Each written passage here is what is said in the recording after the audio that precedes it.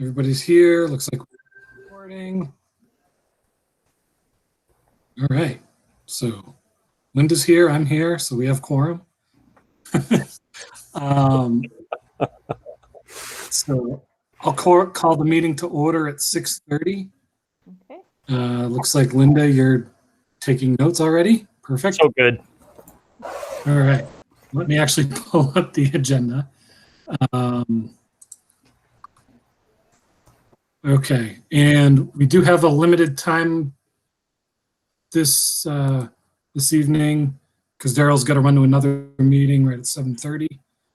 So we can go over, but we at least need to finish what we need him here for within that timeline. Okay. So the first thing on the agenda is the election of the vice chair. I would like to skip over that unless Linda has a strong objection to that.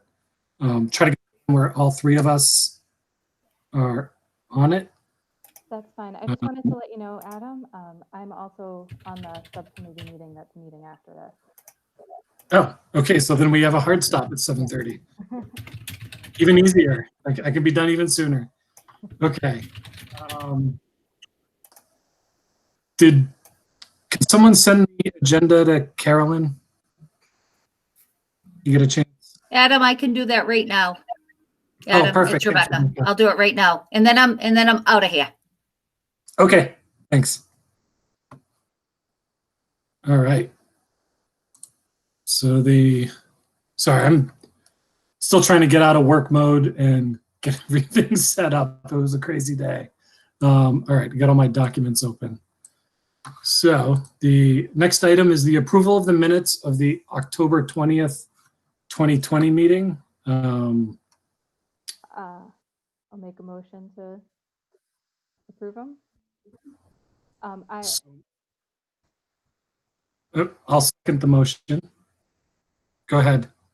I watched the meeting, so as long as you're okay with it, I'm fine with voting versus abstaining.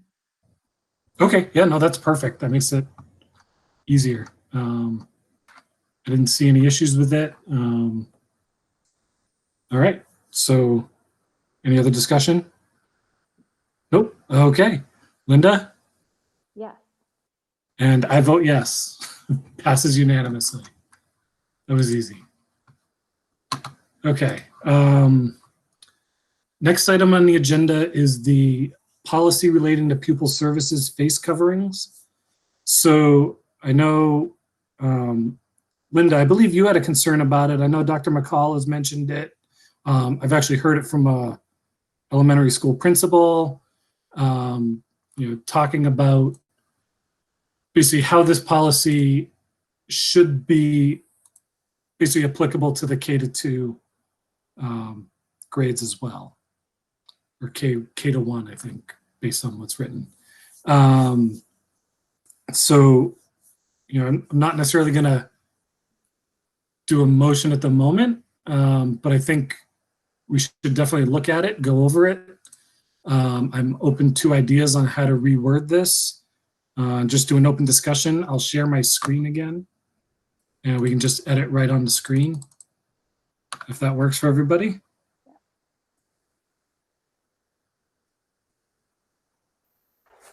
Use a window.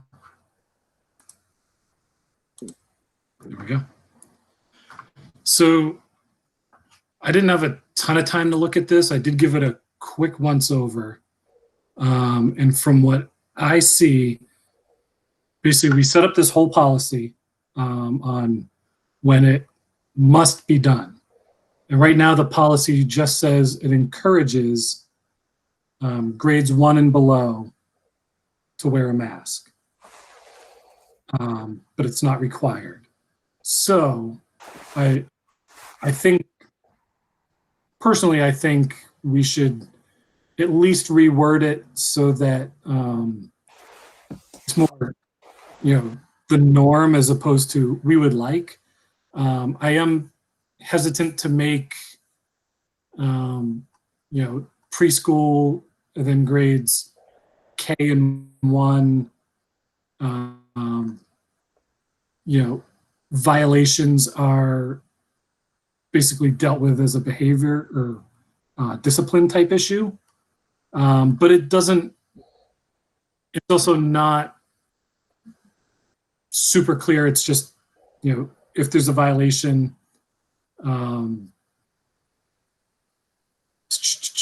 they may be removed, but we can also provide a mask if they don't have one. Sorry, I'm going all over the place, but I'll settle just a second. And some of this is from memory too, because again, I'm still changing gears. So I guess I'll open it up to you. If you've had a chance to look at it and have some recommendations, feel free to throw them out. I'll put them in as edits, and we can go from there. I mean, from my point of view, I have a first grader who is A-okay with wearing a mask. I know that's not just one, right? There's all of the first graders of the district and so on. But from what I'm seeing, the little kids have an easier time wearing the face masks than the adults. So I mean, personally, what I would look at just in terms of how it reads is to either strike exempted from this policy are students in grade 1 through the end of the paragraph, unless there's a reason to add in or change the exemption to preschoolers, and that's where I don't have a good informed reason one way or the other for that. So, but that would be my suggestion. I also wondered because, well, so going back to your question about what happens if they're not wearing it, I think that's what we had talked about before, where there's the remote option, there's the consultation with the principal and the school nurse. It seems like it wouldn't be a discipline, it would be a let's make this work situation, right? I mean, that was how I remembered us discussing the policy before. Right, yeah. I think you're right. I do remember modifying some of that.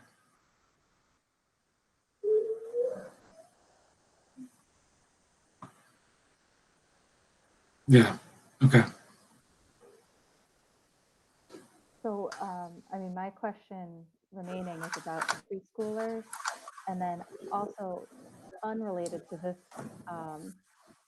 this change, I wondered if we might be able to change the wording for the specific scenario exceptions, but I can wait on that. I have something that Okay. I wanted to see if you thought might work instead while we're changing it anyway. Okay. So for the preschooler question, Daryl, Carolyn, Carolyn, I know you've had some students in, but it's all been special needs students. I will Experience say, with those. yeah, in the inclusion classrooms, they've been having a lot of success wearing their masks. There haven't been, to my knowledge, any students in the integrated classrooms, even those, with IEPs that have really had too much of a challenge. I think part of that is it's it's a 2.5 hour program with some mask breaks, and they've been pretty successful with that. So like Linda said, I was actually kind of pleasantly surprised that everybody was able to do that. And then here I am sitting at my desk like, I don't want to wear my mask. Right. Yeah, that's a good point, Carolyn. I think with the expectation, again, I think families are being very proactive about this at the ECC, and I believe they'll do so also at the elementary level. But with that being said, even when the commissioner spoke the other day, because some new guidance has come out from the governor in reference to mask wearing, which doesn't necessarily affect us. We're kind of outside of that realm. But he did say during our conversation that all students, K-12 should be wearing masks in school. So it's kind of like, all right. So, Yeah. And we had already talked about this a couple of weeks ago. I do feel as though it's really incumbent upon us to put this forth. I understand, DESE originally kind of went with that. They've been going back and forth on a lot of things, modifying their vantage point. So I can see this even being changed, somewhere down the road. There were, almost another 1,700 cases today. So I think the more stuff kind of goes on, the more this is going to kind of play out in terms of there being a little more structure on how schools are run. Right. So, again, I think having that struck from there, I think the preschool could be something we leave open, as Carolyn said. I don't see that as being a huge issue because typically the kids, have shorter amounts of time when they're in there. So, and again, I think parents are just like very vigilant about ensuring that those kids are wearing those masks. So I would stick with maybe the K-12. That makes sense?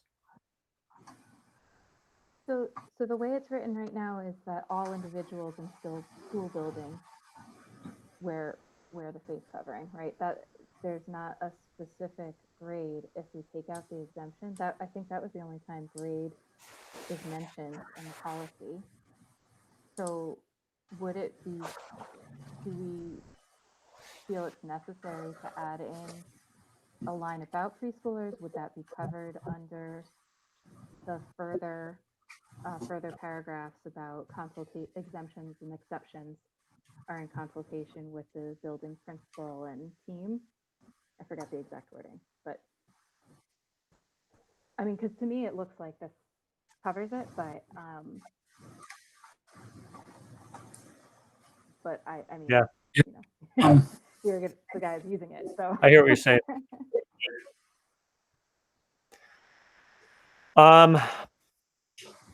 Yeah, I think that somewhat covers it. I'm not sure if it does it perfectly. And So go ahead. I think, I mean, if we added in a sentence, I don't know where the best place to put it would be, but if we added in something that, something saying basically that preschool students will be educated on proper this applies to all individuals in the school, except maybe just say except preschool students. However, they will be educated in proper mask wearing, and the expectation is that they will quickly be able to follow this policy. Something along those lines that, the expectations there, this is what they're going to do. Right. But there's a little bit more wiggle room than every other student and every other person. Teachers and staff and janitors in the ECC are expected to wear everything. It's just the students, we expect them to wear it too, but we realize we may need to educate them a little more on it. Right. I don't know, I haven't come up with a good way to word that yet, but Adam, would you mind scrolling down to the second page? Because I want to just ask Yep. if what you're saying is covered in, because that so that last paragraph, exceptions to this policy for students with medical, behavioral, or other challenges who are unable to wear masks must be approved by the bill. Okay, sorry, that wasn't exactly a great example. But so because I'm just looking at the building principal will consult with the parent and guardian to determine whether an exception is appropriate. And that maybe this is the location to say that preschoolers will be given more time or will be given more leeway. Flexibility. Yeah. Yeah, I think if you leave it as is up above, which covers pre-K 12, yeah, and then a sentence basically just saying students at ECC, basically. I don't know. may have exceptions, or there may be exceptions based upon student needs at the preschool. Do we run I know in normal times we ran a daycare at the high school, right? Yeah, Wasn't we're not program this for- year. Hmm? Not typically, yes, but this year, no. Right. I'm wondering, because this is policy in general and for the future. Yep. We should possibly address that as well. That's not a bad idea, actually. So maybe we say students at the preschool level, Yeah. because that covers it. The pre-K level. So I know like some districts are just really straight out. Like Shrewsbury is pre-K through 12, everybody has to wear masks. And you know, they kind of made that decision back in August. You know, if we want to put something in there where we leave it as is up above, where you struck out the other stuff about the wording on grade 1 and below, and then having something in this section that gives a little more flexibility, that would work as well.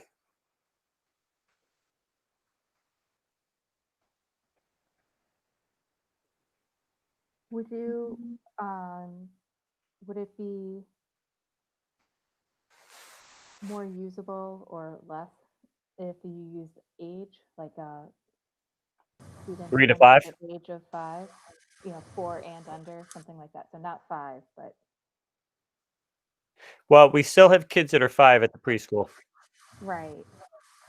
Well, I was thinking of it as 5,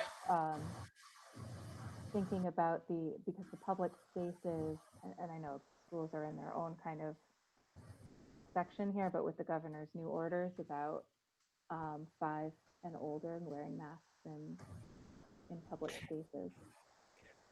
Yeah, there's an exemption there. So Okay. we were going back and forth on that as superintendents Yeah. yesterday a little bit.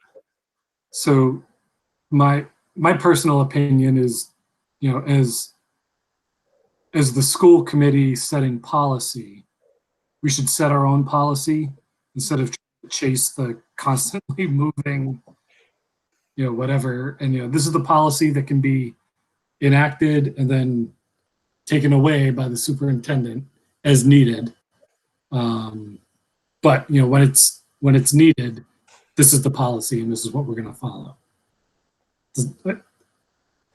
As opposed to trying to chase the flavor of the day, Right. Exactly. I mean, I can tell you that I had quite a few parents reach out to me, when they were thinking about deciding about remote versus in person, and what we were thinking about for mask wearing, especially at the younger levels. And I said, well, it was already in the midst of being discussed at facilities and security, and I would make the recommendation that we mandate that students wear masks, K-12. So I think a lot of people were like, okay, good, that's helpful. Help them make their decision to, go with the hybrid model. But I mean, I think language like this, students below the kindergarten level are expected to comply with this policy. However, exceptions, the other exceptions go with, oh, well, it's right there. You have right above exceptions to this policy for students with medical, behavior, and other challenges. Right. That's what I was saying is I didn't know if we really needed to call You're out. right. Let's just leave it at that. So we'll call it. So what we should do is wipe out. If you strike that other information, we're not saying. I don't know. I'm just trying to. I don't have this right in front of me, but I don't believe anywhere else in there we define the grades that do require the masks. No. And what I would just do is go back and I'd update our like school plans and our district-wide plan to reflect the updated information. Yeah. Yeah, because so basically it gives the principal of the ECC and the principal of the high school, if needed, Yep. the ability to go, okay, these kids are just too young. I still expect them to do it, but we're going to work on them with it. So, the first couple of weeks, we're going to push it, but if they miss it, not a big deal. After that, then it's like to have a little discussion with them, talk to the parents, stuff like that. So, Yep, nope, that's what I was thinking. It was already pretty flexible. I was hoping that it would work in practice too. Can I put in the chat what I was thinking of for sure. the other And- section, if that's okay? If you're ready. Yep, I'll read it out. That way it's on record. Yeah, so here. Okay, If you look down at so we're looking at, the section where, if you scroll up a bit, actually, let's see. So additionally, face masks or face coverings will not be required when DESI guidelines are for social distancing for the specific scenarios enforced. And then those, so that wording at the full committee was, I think people were having trouble with that wording. And so I'm wondering how you would think of changing that, starting at additionally, change that to when following DESI guidelines for social distancing, masks may not be required under these specific scenarios, mask breaks. And then I didn't actually fill in the correct wording, but during mask Yeah. breaks, while eating, etc. Yeah, I like that. yeah, no, that sounds good. Okay. So let me see if I can just copy. Typically, we don't get through policies more than like once every 10 years. This is great. We're doing one in 2 months. I'm pumped. we haven't gotten to any others, but we're doing this one twice. I know we're setting the stage for a year's worth of great work. Okay. All right. So I think that, I like that. Okay. It's easier to understand, Linda. Yeah, Yep. so it was just trying to figure out, and when you're knee deep in it, it's hard to see around the woods. Yes. so while we're looking at this, the other spot that people had questions, issues was this line: staff members are responsible for donning their own face coverings. So the intent behind us having it in there was the district is providing the face coverings, but the staff members are responsible for making sure that they bring it to work with them. Like if you take it, you bring it home, you need to bring it in. I think that's, and you're responsible for having it on before you walk in the building. Right. Linda's like, that's not what she remembers. So No, it is. I'm wondering now that we've got part of the kids in, how is it working in practice with the staff provided face covering? Are they taking home a stash with them? Are they being distributed daily? Are they, how is that working? And does this sentence fit with how it's actually working on the ground? I can speak to that. okay. So I think the way that it's being distributed does depend on the school, whether you're given like a large amount or a smaller amount. So in my classroom, for example, we have a box that's for the entire classroom, and however long it lasts us, and then we just ask the principal for more. And I wear the school provided masks every day, but I bring one home. Like I put it in my purse, and then that's what I wear the next day. And I will say a lot of the staff in my room prefer to wear their own because they're more comfortable. But from at the ECC, I can say that everybody's coming into work wearing a mask, and the students are, by and large, wearing their mask on the bus. Like everybody's coming in with that expectation.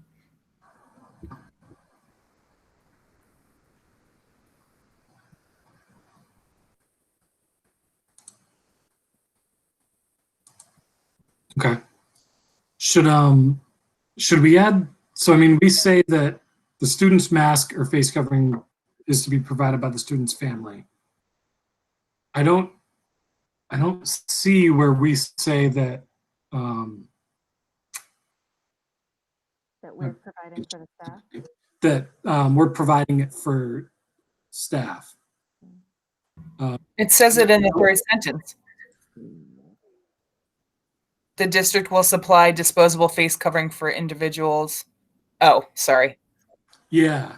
Yeah. See, I thought we were covered there, and then I read the same as you and went, oh, wait a second. It doesn't say that. I mean, I feel like it can just say that the district is providing them for all staff, because it's already been made clear in the very first Plan. in the very first sentence that the family is responsible for the student and the district is responsible for the staff.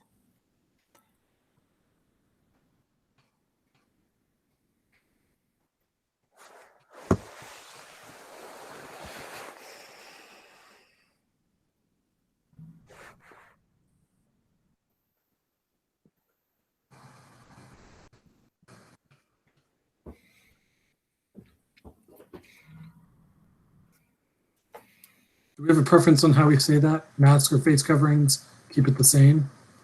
Or just face coverings? I like consistency personally. Adequate face coverings? Yeah, okay.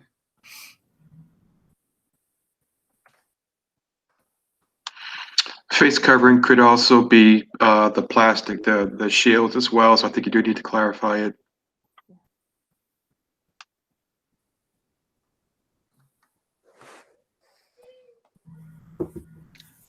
So then, what is the? So I mean, we say, you know, a face covering has to cover the nose and mouth. I don't know.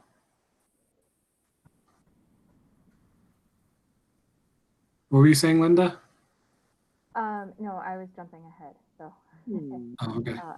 I'll pause. But I mean, I have seen some districts with a definition of a mask. Personally, I don't think we need to go there.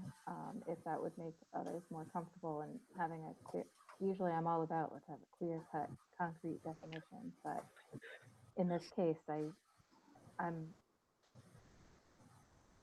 good. That is to say, I'm good with saying a mask or face covering each time. I think that. Yeah. I mean, I think it's somewhere on that line of, you know, between policy and, you know, district like regulation. You know, it's we say this is what it should do, and then however the superintendent and building administration implements it, and it's like, no, it's got to be a cloth covering unless we say otherwise. Yeah, and because you know, as unfortunately we're creating document after document after document, so a lot of these things get put in different places. So I just pulled up the document on kind of the protocols, you know, the reopening protocols. Yep. From August 2020, and that's where we put in there that all staff will be provided with you know, the proper PPE. Yep. And then we just defined the mask because the nurses were concerned about gaiters and masks that also had whatever the, you know, like the valve. the valve. Thank you. Yeah, the valves or the vents. So I'm pretty sure I just put something together that went out a little while ago that kind of defined what could be worn in school and what, you know, what was acceptable as a mask and what wasn't acceptable. Right, Okay. and that shouldn't be in the policy, right? That needs to be out in it because Yeah. I mean, there are circumstances when a valve in a mask is appropriate. Right. And who knows what our dystopian future is going to be like. So, but Yeah, exactly. Right. Yeah, and you know what? That I believe that was in the document the last the moving to hybrid reopening document that we just put in there that had some of the health protocols in there as well. That's the only, like I said, as we kind of go through this, we'll have one area where everything's located, but then the hard part is going through and sorting through everything. It'd be nice to have like keyword term searches that you could put together for everything. Yeah. Adam, you're into computers. You can figure that out for me. I'll call Barry. Come on. He's gonna do now, right? There's nothing going on. He's Yeah. nothing. He's not getting pulled in every direction. I'm sure. Oh, poor guy. I know. I think I do want to change this donning. In their own. So maybe just say staff members are responsible for arriving at building with this gear or with this.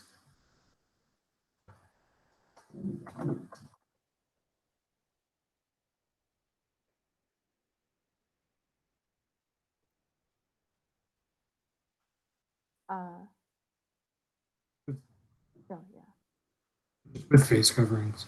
or wearing, or Yeah, it's not just having it in your hand isn't. wearing, yeah.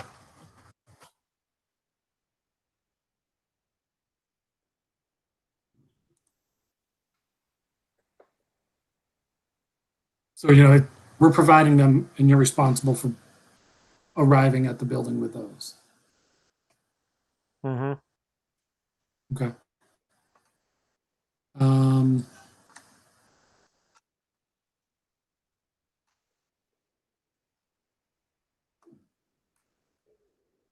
Anything else? I don't have any other edit suggestions, but I do have a question on process and timeline and how this gets rolled out.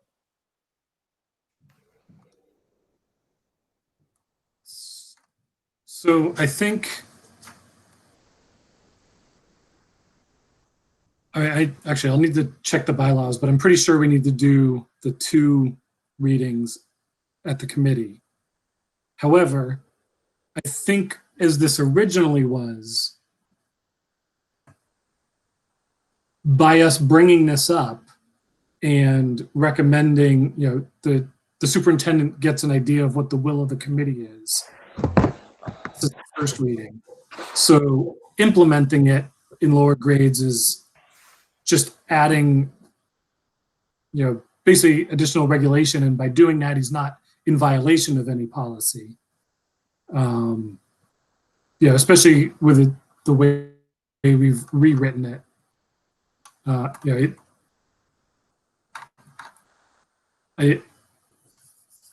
don't know if Megan wants to have like another meeting 2 days after the first one. I don't think that'd be super fun, but that is no. that is an option. I would believe we are not having additional meetings, but I think this is just an amendment to the policy, so I don't think I'll have any problem passing through on the 9th. And then with the small change, I think staff would be on board as well. So we might have a short gap, but I don't believe it'll be a long gap before our next meeting, especially with the Thanksgiving holiday where we won't be in session anyway. Yeah, that's true. Yeah. And, ultimately, this is, the policy is around, the mandate of the district. So not all school districts have made policies around face coverings. So the superintendent has just said, you know what, kids in 2 through 12 have to wear a face covering and other kids don't, or all kids have to wear a face covering. And it's not a curriculum issue. It's a safety issue. So they kind of put it back on superintendents. So, I mean, we could say, as Megan said, this is, an amendment to it, move it through quickly. And then we just kind of go with the fact that, we're still going to say, yep, we want kids in preschool and first grade to wear it. I don't think if preschool, kindergarten, first grade, I don't think we're going to get a lot of blowback on that, in all honesty. And I could put something out beforehand, written nicely so that people kind of know what to expect, because most of what has gone, I mean, everything that has gone out thus far has been pretty much, kids at those levels don't have to wear masks, but we want them to wear a mask. Yeah. That's kind of that. I have to do that gentle push. Yeah, though my one comment is just looking ahead at the distance between the first reading, that would be on the 9th, and then the next meeting. Currently, the next meeting is scheduled at the same night as the Sterling special town meeting. So it I know, No. December 7th. So I don't know what that does to our Yeah, we have to change we our can meeting. move it. Yeah. Yep, we can move it. That's easy. But I don't want to go any later than December 7th. So if we want to go, I mean, we can go that Tuesday and just do the 8th, but I want to stay within that week. Yeah, because I was just adding up the days that it would go without being official, and there would be more students in the building. And so, I mean, I know that there's a general consensus on what is good to do, but there's going to be that influx of change. Yeah, I mean, I would suggest probably Wednesday the 2nd or Tuesday the 8th as 2 days that we can do it. The only issue is that we don't have any other meetings in December, and it'd be hard to squeeze another one in because of the Christmas holiday. So I don't want to go too early in December either.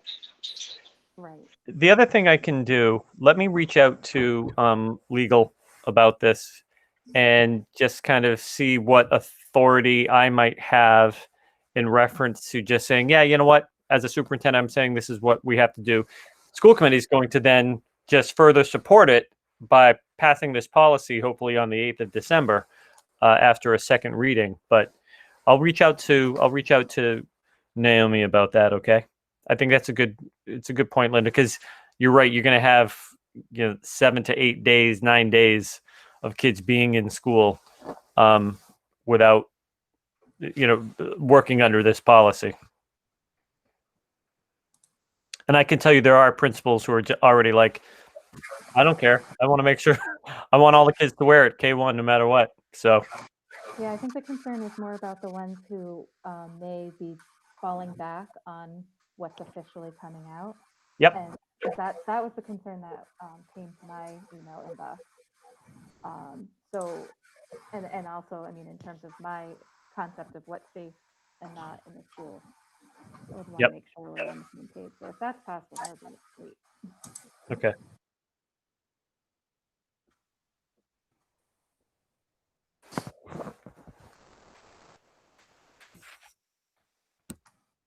That's interesting.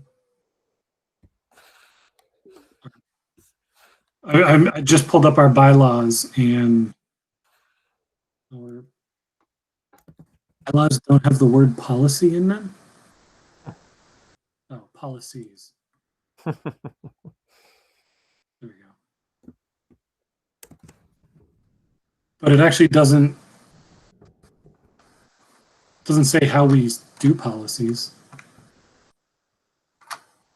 unless that's a state law that has to be through 2 readings. And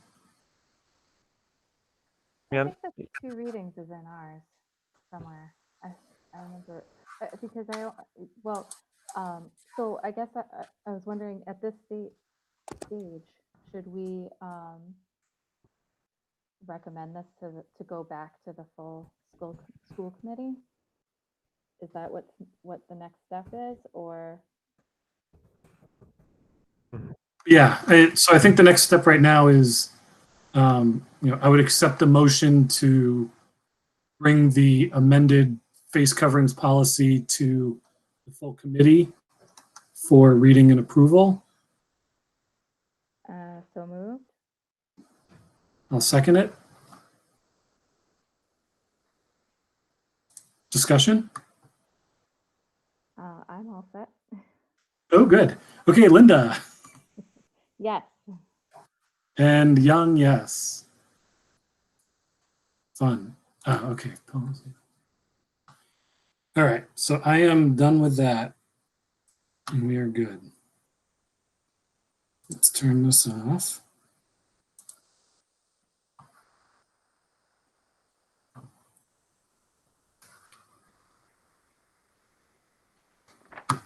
And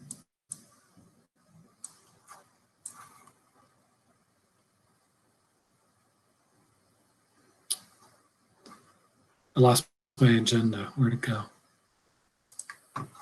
Problem with having 40 documents open at once. All right.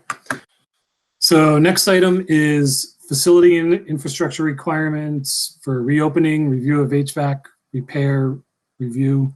I know Dr. McCall, you had sent me earlier today that the report is not ready yet, but it should be ready early next week. Could you give it, do you have a, I guess, greatest update on it? Yeah, they're I think they're still doing a couple spaces, writing up the report kind of as we speak. So hopefully I talked to Jim Cavello today, who spoke with Chuck Klingler, who is the manager at ATC, and Chuck said that they should have it ready to go early to mid next week. So it's again, more spaces, more thorough. It's a larger report. So again, they're not a huge firm, but they're Right. large enough so that they have the people who can do it, but then they're also the people who are writing all the reports up as well. So they're getting pulled in a lot of directions right now. So we were pretty lucky to get them there in the first place. With that being said, they should be back in pretty soon. Not back in, but the report should be in early next week. And with that being said, what we would do is, in the same way that we did when we ended up getting the information on the reopening of our special needs programs, we would highlight any areas that need immediate attention for the 18th, and that would become the focal point for our HVAC person, and if we had to bring any other vendors in from the outside to help support them. So let's just say an electrical person, a plumber, and those are the people we're using right now on a very constant basis to go through and work on a lot of our system.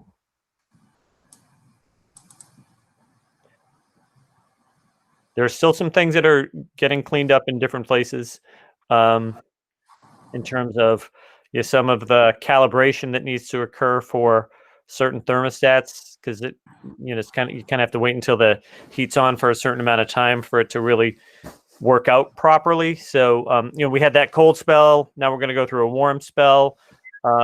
It's a little challenging to do right now. So I know Craig, the person who's doing a yeoman's job pulling all this together, but he's the one who's actually physically going in and doing that as well. So that should be done like I know ECC was having that done, Paxton was having it done. Those were two buildings that we were really focusing on for the thermostats, alone. Okay. All right. So I think, since this is a shorter meeting, and I would like to get another meeting in before the opening of school, so that we can review that report and talk about it. It kind of comes up as a later thing, but basically I'm just saying I would like to review this before the opening of school, and once we look at setting the next meeting, we can discuss that. So review of the school year to date, status of plans for implementation of hybrid. Can I ask a question? Yep, go ahead. Sorry. So Daryl, where you said are we doing the report in-house, or is another company doing the report? The other company's doing the report. Oh, okay, awesome. Yeah. That's ATC. So ATC is doing the report. That's what is taking us so long. Got it. What Awesome. we're doing, and then we have our own, Craig, and every school is getting a CO2 monitor and the airflow monitor, and then that's going to be the continual feedback that we use to kind of go through all the spaces and, just ensure that airflow quality is adequate, for safety purposes. All right. Thank you. Yep. Okay.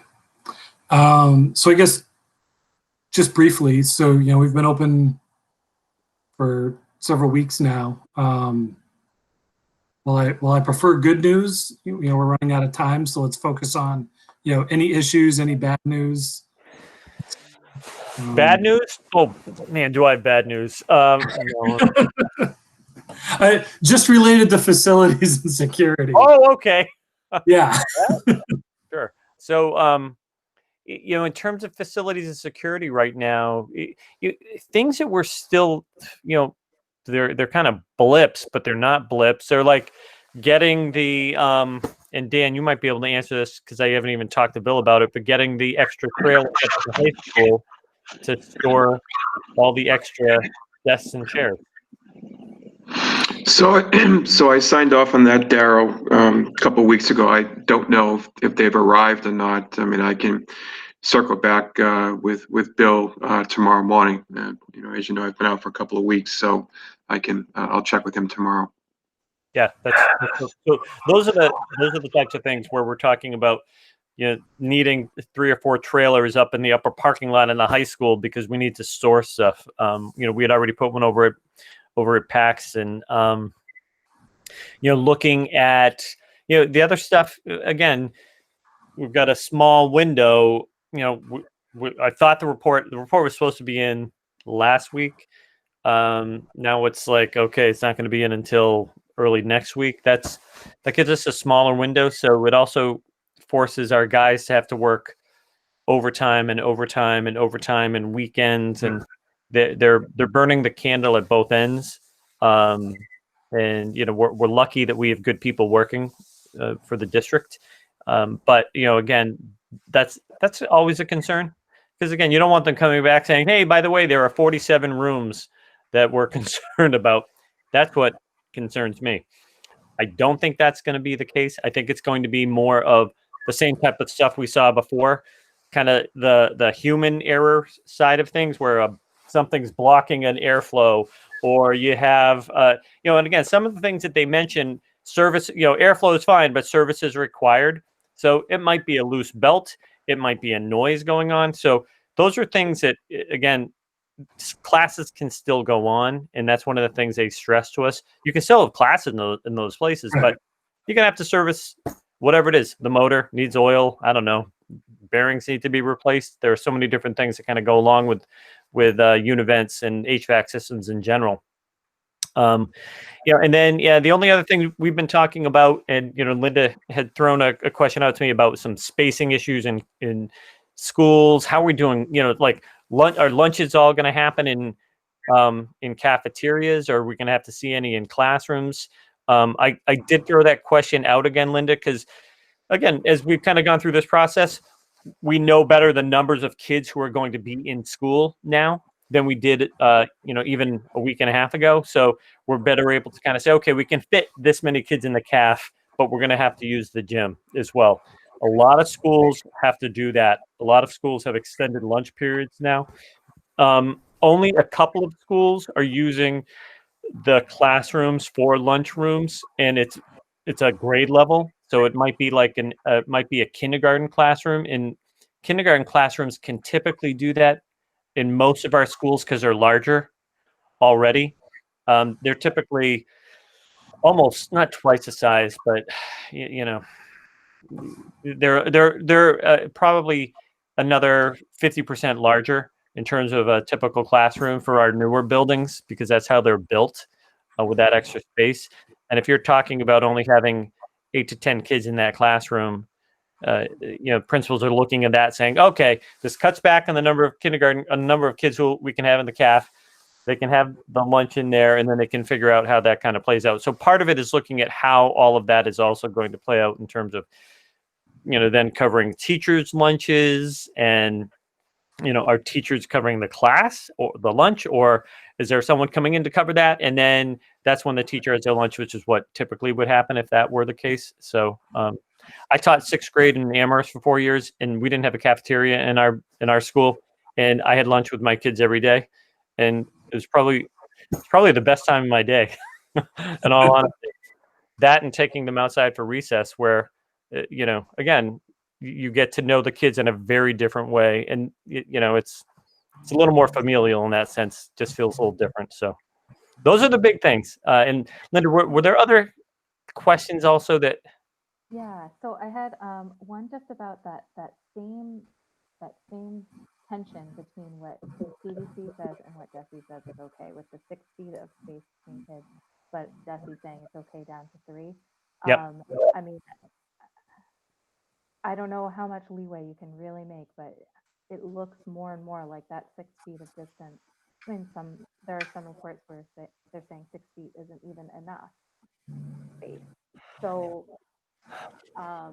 I know synthesizing all of that information into a functional plan is why we're talking to you.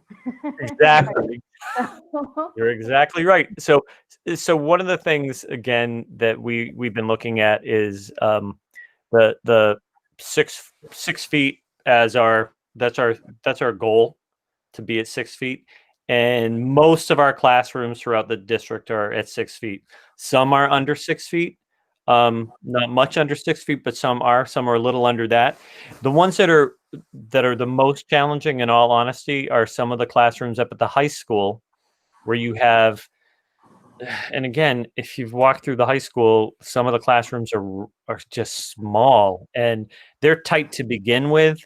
And then when you space kids out, and if it's a class with, let's say 14, 15 kids in it, which you could have right now based upon the cohort, they might only be 4 feet apart from end of seat to end of seat. And that's again, that's the part that we're still, I think, trying to play around with, because again, we're still playing around with the cohorts and the classes up at the high school, so it's not all perfectly kind of resolved yet at this time. Go ahead. So with the 18th coming up, I mean, what are there other kind of mitigation strategies that you're working with to try to address that, like air purifiers or something else that might make up the difference? Or right, because if you're thinking of it as like layers of Swiss cheese that you're putting together, if the first layer isn't catching it because it's 4 feet instead of 6 feet, then what's the next layer? So one of the things that Desi stresses, and I know it's Desi, but they're like, if that is the case where they might be a little closer, one way that you can continually, again, it's airflow. That's one of the most important things. If you feel like you need even more airflow, open the windows to have it work even better. If that's the case, some of our systems are closed systems like Mount View, so you don't want to open the windows because then it really affects kind of how the whole thing works. But for other places, let's just say Central Tree or Houghton, let's say, and you're in that first and second grade wing, they could pop their windows open all the way down if they wanted to. The high school is kind of a similar situation. In reference to how it kind of plays out, though, after working with we've had 4 COVID cases so far in the district, COVID positive, of people related back to the district. And those COVID cases, we've been working very closely with our boards of health. And one of the things that we found out right off the bat is, hey, it doesn't matter if you are, let's just say you're a student and you're getting services from a teacher who is behind a screen, and you're both wearing masks, and they might even have a face shield on. Well, if you're a student with COVID or their teacher with COVID, and you're within 6 feet, you're considered a close contact, and you have to quarantine no matter what, even with that there. So when we're looking at, so that's close contact. I understand the whole point is it's another layer. So we're just trying to, again, how do we provide more protection? Again, all kids are facing the same direction. You know, they're all wearing their masks. They're not turning around, talking to their buddy right there because their buddy is, 3 feet behind them or 4 feet or 5 feet, whatever, and, all the way around. So, Bob, I talked to Bob Berlow this morning because I know he had, I think he and Rebecca had been going back and forth about times to get people into the buildings to walk around. Yeah. And Bob is looking at next Thursday and Friday. And Adam, I didn't have a chance to talk to you about that today, but Bob is looking at next Thursday and Friday at hitting up, the high school, maybe Naquag, Houghton Choxet, maybe another school in Holden, but just, 4 or 5 schools that he could say, okay, I'll meet you over there and I'll walk you through and you guys can take a look at it and see signage and take a look at the spaces. He's very much interested. He did want me to convey this. The high school is a good one to come to because it helps you realize, okay, the classrooms aren't as big as classrooms at Houghton Choxet or at Central Tree or at Davis Hill. I mean, they're smaller. Many of them are. Let's say that. So Bob said that those times, Thursday, Friday, and he'll work around people's schedules. So maybe I'll have him and Rebecca, the two of them, get together and put something out to everybody. Yeah, Rebecca's already reached out, asking about schedules for, I know for me it was next Thursday, so. Yeah, and Good. I was going to go out, try for next Friday. I was just waiting to hear back on what exactly.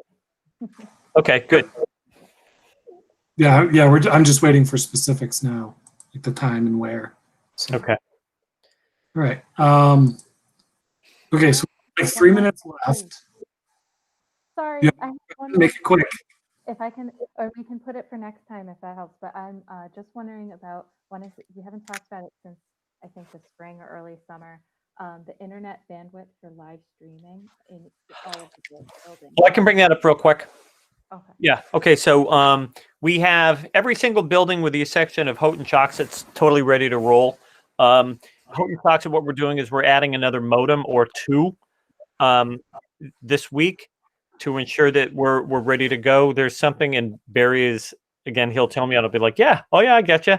And some of this is just kind of going above my head as he talks through it, but I think it's the fiber cable that comes directly into the buildings in most of our districts, and Houghton Choxet doesn't have that, or and so it's adding another cable modem or another 2 cable modems to it. And I said, I told him on, like, when we talked about this yesterday or the day before, I'm sorry, or just order whatever you need to order, get it in there. So that's going to be all set. That'll get ordered and we'll see how that goes. That's the only place where he's like, he's like, again, I don't know how it's going to work there exactly because we don't have kids in there using technology in the same way. So it's going to look different. At the elementary levels, again, the other thing that's going to happen is kids aren't going to be bringing Chromebooks back and forth. So the only thing that's really going to be going on typically will be a teacher using his or her Chromebook or computer, or so you're not going to have as many kids on devices like we had originally kind of thought. We're like, okay, kids are going to be bringing back, but we're not going to have elementary kids do that. Keep them at home. They have their stuff. They'll be doing that, and we're just having one out versus 15 in each class out at the same time. Right. Thank you. You're welcome. Okay. So setting the next meeting. Do you want to try the 16th, Adam? It's a Monday. I was thinking because it would be right after our walkthroughs. That's what I was thinking as well. And it gives us time. That way I can at least kind of say, okay, here's what's going on. Here's the plan of action. We're doing this. And then we'll go from there. Okay. Can you send out that report to the full committee just through email whenever you get it? Sure. And then we'll discuss it on the 16th. Yep. And Linda, does the 16th at 6:30 work? Yeah, and that I know Mondays usually I ask about 6:30, but I could do 6 on that one. If that helps. Okay. If otherwise, don't worry. let's tentatively set it for 6:30. We'll get input from Matt, and I got to look at my work schedule and see if 6 would work. If it does, I'm all for moving it up. So, okay. That sounds good. All right. So if nothing else, I'll take a motion to adjourn. So moved? Second, Linda Yes. and Young, yes, and it is 7:30.